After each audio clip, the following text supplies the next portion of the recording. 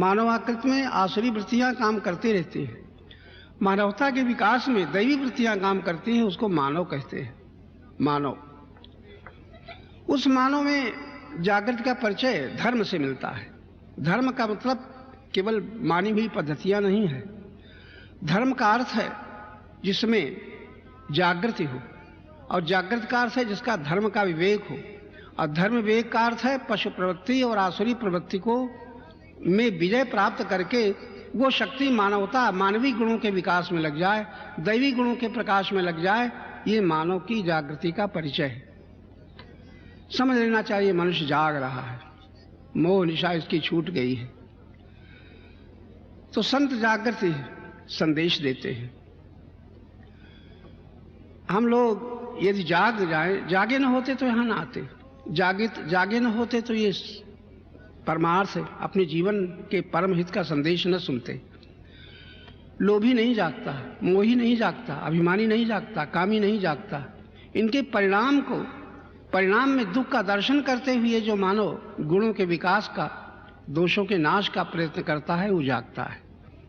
और गुणों का विकास अथवा दोषों का नाश केवल विवेक से होता है। वो विवेक संत का निर्णय है। होई विवेक मोह भ्रम भागा। और बिन सत्संग विवेक न होई, संतों के संग बिना विवेक नहीं होता। तो संत का मतलब केवल वेश नहीं है। संत का मतलब जो सत्य से मिले हुए भक्त हैं। भक्त का मतलब मंदिर जाना मात्र नहीं है। भक्त का मतलब जो भगवान से जिनकी, परमात्मा से जिनकी भिन्नता मिट गई है। भिन्नता, सत्य से भिन्नता के मिट जाना ही भक्त होने के लक्षण है। संसार में अपना कुछ न मानना ही मुक्त होने के लक्षण है। मुक्त वही है जो संसार में अपना कुछ नहीं मानता। और संसार में जो अपना कुछ नहीं मानता, उसमें भी लोभ क्यों होगा, मोह क्यों होगा, अभिमान क्यों होगा। दोषों की निवृत्ति ही जागृति का परिचय है। और ये दोषों की निवृत्ति विवेक से होती है। विवेक संत से होता है। कब? जब बुद्धि शुद्ध होती है। शुद्ध बुद्धि के लक्षण हैं जो संसार में अपना कुछ नहीं मानता, सब कुछ भगवान का जान करके, मान करके नहीं, अपना कुछ नहीं मानता। कब? जब भगवान का सब कुछ जानता है, भगवान को ही अपना सर्वस्व मानता है, तब उसके अंदर ये मोह, लोभ, अभिमान आदि नहीं रह जाते। हमें जो परमात्मा से प्रेम मिला है, प्रेम और ज्ञान और शक्ति, तीन चीजें परमात्मा से मिलती हैं। अहंकार अपनी माने बैठा है, यही अज्ञान है। परमात्मा प्रेममय है, परमात्मा ज्ञानमय है, परमात्मा शक्तिमय है। उसी शक्ति से सारे संसार में ये सब क्रियाएं कर्म हो रहे हैं। उसी ज्ञान से समझ करके मनुष्य कुछ प्राप्त करना चाहता है, और प्रेम से तन्मय होकर के सुखास्वाद लेता है। सुख का स्वाद प्रेम से आता है, और पदार्थों की प्राप्ति ज्ञान से होती है, और उनका भोग शक्ति से होता है। शक्ति, ज्ञान, प्रेम, ये तीनों। अहंकार अपना अधिकार जमाए बैठा है अज्ञान में, लेकिन है ये शक्ति परमात्मा, शक्तिमान परमात्मा की है। ज्ञान अखंड ज्ञान स्वरूप परमात्मा का है, और प्रेम पूर्ण प्रेम स्वरूप परमात्मा का प्रेम है। ये हमारे साथ क्यों है? क्योंकि संत का निर्णय है, ईश्वर अंश जीव अविनाशी। ये जीव संसार का नहीं है, जीव परमात्मा का अंश है। ईश्वर अंश जीव अविनाशी, ये अविनाशी है, विनाशी नहीं है। लेकिन संत संग में विवेक न होने के कारण जहां तक मरने का भय है, ये देह का संग है। देह छूटती है, चेतना में कभी मृत्यु नहीं पहुंचती। चेतना को मृत्यु छू ही नहीं सकती। ये ऐसा विवेक जिसे हो जाता है, उसी का मोह भ्रम दूर होता है। मोह भ्रम दूर होने से ज्ञान और प्रेम दोनों बच जाते हैं। ज्ञान बच गया तो मुक्त हो गया, प्रेम बच गया तो आनंद में पहुंच गया। प्रेम से आनंद की अनुभूति होती है, ज्ञान से बंधन का, स्वतंत्रता का स्वाद मिलता है। हम कामनाओं से परतंत्र, हम जीव रूप में सांसारिक इच्छाओं, कामनाओं, वस्तुओं, व्यक्तियों से अधीन होकर के परतंत्र हो रहे हैं, केवल सुखासक्ति। बस हम मानते हैं हमें माता पिता, पति पत्नी, पुत्र, धन, संपदा, भूमि, भवन से सुख मिलता है। जहां तक हम कहीं अपने से भिन्न में सुख मानते हैं, तब तक हम विवेक युक्त जीवन नहीं बिता रहे हैं। जहां तक हमें किसी से हमें सुख मालूम होता है, इसी से पराधीन है। गांव के लोग भी कहते हैं पराधीन सपने सुख माही, पराधीन सपने सुख नाही, लेकिन ये नहीं सोच पाते सब कि पराधीन बनाया किससे। परमात्मा ऐसा कठोर नहीं है, निर्दयी नहीं है जो हमें पराधीन बना दिया है। जीव परमात्मा से विमुख हो करके, परमात्मा की शक्ति और ज्ञान प्रेम को अपना मान करके अहंकार से भोगी बना हुआ है। वो जब वस्तु में सुख मानता है तो लोभी बन जाता है, जब व्यक्तियों में सुख मानता है तो मोही बन जाता है, अधिकार में सुख मानता है तो अभिमानी बन जाता है। देखो दोष कहाँ से बन गए, अपना मानने के कारण बन गए। अपना क्यों मानता है जीव? क्योंकि जानता नहीं कि ये सब अखंड अनंत शक्तिमान अखंड ज्ञान स्वरूप परम प्रेम स्वरूप परमात्मा से मिला है, ये नहीं जानता। ये जानना संतों के संग से होता है। संतों के संग में पहुंच करके भी यदि बुद्धि विकसित नहीं होती, बुद्धि मोह रूपी कीचड़ से सनी होती है, तो साधारण मनुष्य की कौन कहे। आपने कथाएं सुनी होगी, परम ज्ञान स्वरूप परमात्मा कृष्ण और महाधनुर्धारी वीर आत्मा अर्जुन, उनकी बुद्धि जब मोह से सनी थी तब भी उनको सत्य का पता न था, अपने कर्तव्य का पता न था। भगवान से ये तो कह देते हैं होश आने पर, शिष्यस्तेहं शाधिमांग त्वांग प्रपन्नम, मैं आपका शिष्य हूं, मुझे उपदेश दीजिए। और फिर थोड़ी देर बाद कहते हैं मैं युद्ध नहीं करूंगा। अब ये शरण हुई। जो अहंकार शरणागत हो जाता है वो फिर अपनी इच्छा की पक्ष क्यों लेगा, लेकिन अर्जुन पक्ष ले रहे हैं। तब भगवान अर्जुन को थोड़ा हंस करके कहते हैं तुम पंडितों की से तो बातें करते हो, मैं त्रिलोक के राज्य के लिए भी बंधु बांधवों को मार करके युद्ध नहीं सुख चाहता, और ये जो कहते तो ये हो। अब मोह तुम्हें किसका है? मार करके तुम किसी को मारोगे, किसी को मारोगे, यही भ्रम है। प्रत्येक जीव मृत्यु के पथ में चल रहा है, प्रत्येक जीव के साथ संबंध होता है, ये संयोग है। और मृत्यु में संबंध का भी योग होता है। मृत्यु किसकी होती है? मृत्यु का मतलब अभाव नहीं है, मृत्यु में अभाव नहीं हो जाता, खाली शरीर बदल जाता है। तो भगवान अर्जुन से कहते हैं हंस करके कि तुम पंडितों की से तो बातें करते हो, जैसे बड़ा विराग है, बड़े त्यागी हो, बड़े परोपकारी हो, और तुम्हारा ये मोह क्या बता रहा था? मोह बता रहा है तुम्हें विवेक नहीं है। जो अपना नहीं उसे अपना मानते हो, और जो तुम अपना है उसे जानते नहीं हो। मानने और जानने में यही अंतर है। ज्ञान के प्रकाश में बुद्धि द्वारा जाना जाता है, अज्ञान में मन के द्वारा सुन सुन करके माना जाता है। बाल्यकाल से जो बालक ने सुना, माता पिता ने बताया बेटा ये तुम्हारा घर है, ये तुम्हारे माता पिता हैं, ये तुम्हारे बंधु हैं, ये तुम्हारे पड़ोस में शत्रु हैं, जो सुना वही मान लिया। बालक के पास बुद्धि तो होती नहीं, सुनता है मान लेता है, लेकिन बुद्धि के विकास होने पर मानने की ऐसी आदत पड़ जाती है कि बड़ी से बड़ी आयु होने पर वो मानना समाप्त नहीं होता। और जब तक मानना समाप्त नहीं होता तब तक मोह, लोभ, अभिमान, कामना का भी अंत नहीं होता। और जब तक इन दोषों का अंत नहीं होता तब तक कितना ही कुछ जीव करे, पूजा करे, पाठ करे, भगवान के दर्शन करे, तीर्थ यात्रा करे, लेकिन मोह, लोभ, अभिमान आदि दोषों का अंत नहीं होता। दोषों का अंत कैसे होता है? जब विवेक होता है। विवेक से ही मोह भ्रम का अंत होता है। मन में भ्रम है और बुद्धि में अविवेक है। तो मोह और भ्रम का अंत होने पर फिर प्रेम बच जाता है। वो प्रेम राग के बजाय अनुराग हो जाता है। अपने से भिन्न को चाहना राग है, और जिससे हमें प्रेम मिला है उसकी तरफ प्रेम को मोड़ देना अनुराग है। अनुराग शब्द बड़ा गंभीर अर्थ रखता है। अनुराग और राग, अपने से भिन्न वस्तुओं में, व्यक्तियों में राग होता है, और जो हमसे कभी भिन्न नहीं हुआ, जिससे ही हमको सब कुछ मिला है, प्रेम मिला है, ज्ञान मिला है, शक्ति मिली है, उसकी तरफ प्रेम को मोड़ देना अनुराग है।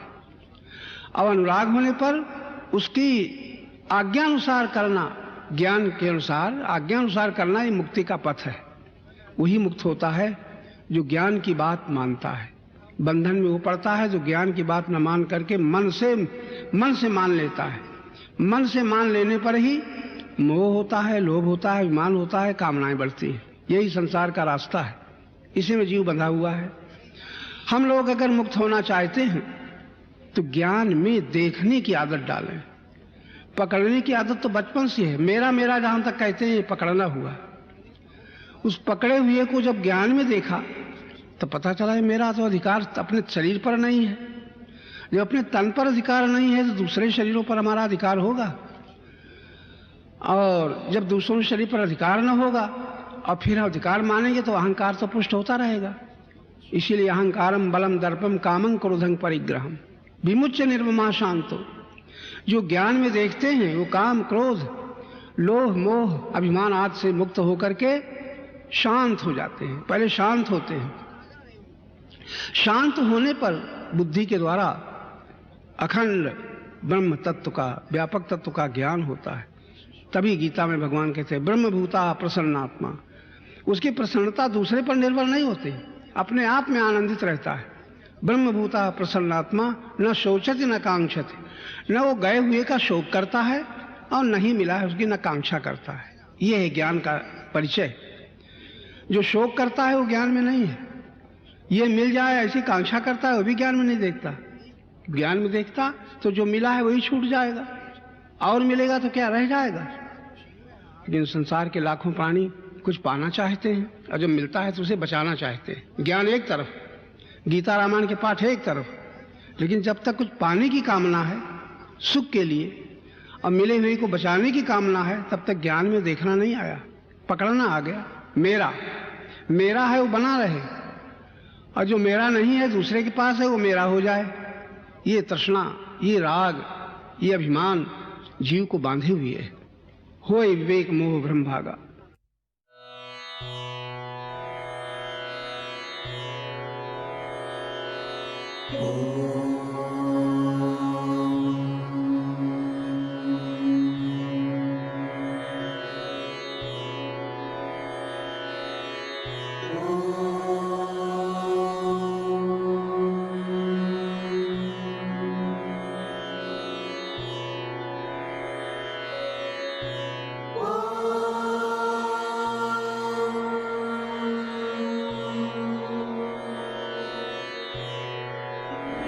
यही विनय है कभी कहीं भी प्रभु तुम्हें हम भूल न जाए, प्रभु तुम्हें हम भूल न जाए। जीवन के इन प्रतिद्वंदों में, जीवन के इन प्रतिद्वंदों में जीवनेश तुमको ही ध्यान, जीवनेश तुमको ही ध्यान। तुम्हें हम भूल न जाए।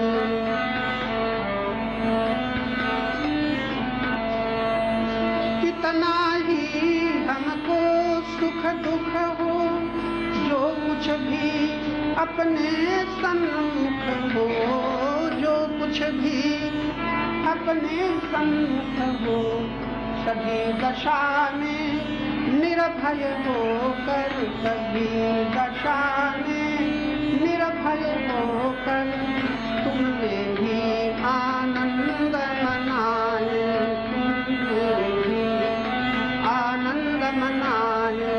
प्रभु तुम्हें हम भूल न जाए।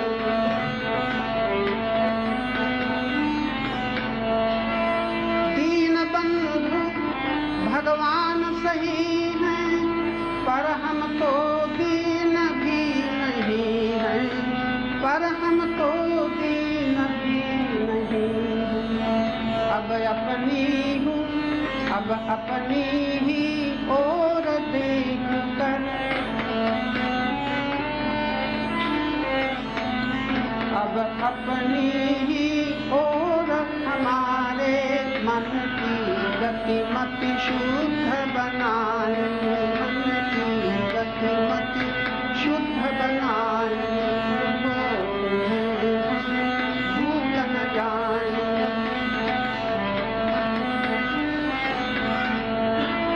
अद्भुत अकथ तुम्हारी माया, अद्भुत अकथ तुम्हारी माया, इसने किसको नहीं नचाया, इसने किसको नहीं नचाया। जिसमें सुर मुनि जन भी अपनी क्या बात चलाएं, भूल न जाएं। यहाँ न भक्ति प्रेम का बल है, साधन में मन अति चंचल है। पथिक तुम्हारी ही शरणागत, अब तो जैसे बने निभाएं,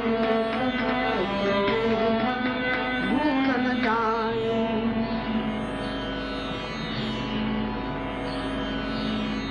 ये भगवान का बड़ा सुंदर आश्वासन है और हम सबको बहुत याद रखना चाहिए। परमात्मा नित्य सुलभ है, बल्कि महात्मा दुर्लभ है। वो सुलभ परमात्मा कैसे प्राप्त होता है? तो हमने सोचा था बड़ी यात्रा करने से, ये करने से, वो करने से, सुन करके, मान करके, ऐसी जो धारणा, ऐसी जो भावना हमारे भीतर थी, भगवान के एक वाक्य समझ में आने पर सुलझी। आप भी कदाचित किसी के मन में हो तो अभी सुलझा सकते हैं। परमात्मा की प्राप्ति अति सुलभ, श्रम से नहीं, कहीं जाने से आने से नहीं, और कहीं जाते हुए आते हुए अगर इतना ही पता चल जाए, भगवान का एक वाक्य, जो मांग स्मरति नित्यशा, एक वाक्य, सतत नित्यशा, लगातार स्मरण मात्र, बड़ा सुगम साधन, बड़ा सरल साधन जिसमें श्रम नहीं। हम में आप में कोई ऐसा व्यक्ति नहीं जो किसी न किसी का स्मरण भीतर चलता न रहता हो, ये भी सत्य है। आप लोगों में शायद ही कोई स्मरण से रहित हो। लेटे बैठे या तो सोने जाने पर भी सपने चलते हैं, वो भी स्मरण के आधार पर ही चलते हैं। बल्कि शिकायत करते हैं, भगवान का ध्यान करते हैं, जप करते हैं, कीर्तन करते हैं, तो मन जाने कहाँ कहाँ जाता है, जाने कैसी कहाँ कब की बातें याद आती हैं, वही स्मरण। ये साधकों की शिकायत है, जाने कब की कैसी बातें याद आती हैं। अगर कुछ भी याद आता है तो हम लोग अगर इतना ही कर डालें, सहज स्मरण। गीता सुनते सुनते अर्जुन की बुद्धि में जब ये सही जानकारी होती है तो इतना ही स्वीकार करते हैं। भगवान जैसे पूछते हैं क्या प्रभाव पड़ा, जैसे कोई गुरुजन पूछे क्या असर हुआ, तो दो उत्तर, इतना ही, नष्टो मोहा, मेरा मोह नष्ट हो गया। फिर क्या हुआ, स्मृति लब्ध्वा। आज इन दो शब्दों पर आप ज्यादा ध्यान दें। हम लोगों को वर्षों तक चर्चा सुनते हो रहे हैं,